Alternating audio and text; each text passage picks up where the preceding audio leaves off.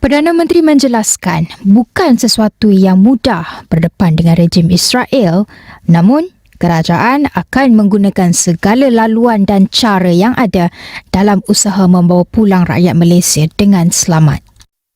Cari jalan untuk menyelamatkan mereka. Itu tugas utama saya.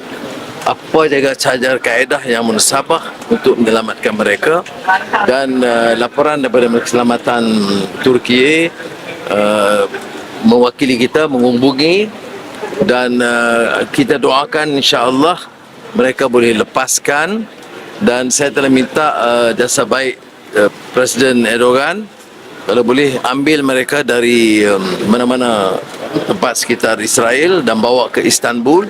Dari Istanbul kita insya-Allah bawa pulang.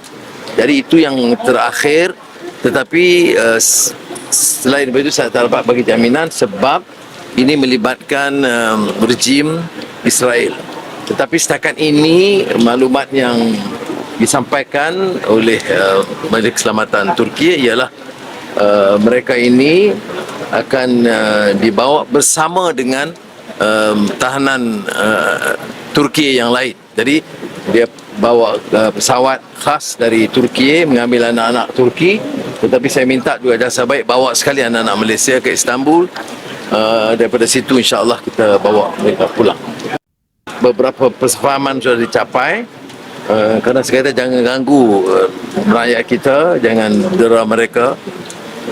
Mereka memang penjara itu satu penderaan, saya tahu. Tetapi kita doakan itulah. Tapi setakat ini kita terus menghubungi bersama dengan Kementerian Luar dan semua rakan-rakan yang membantu.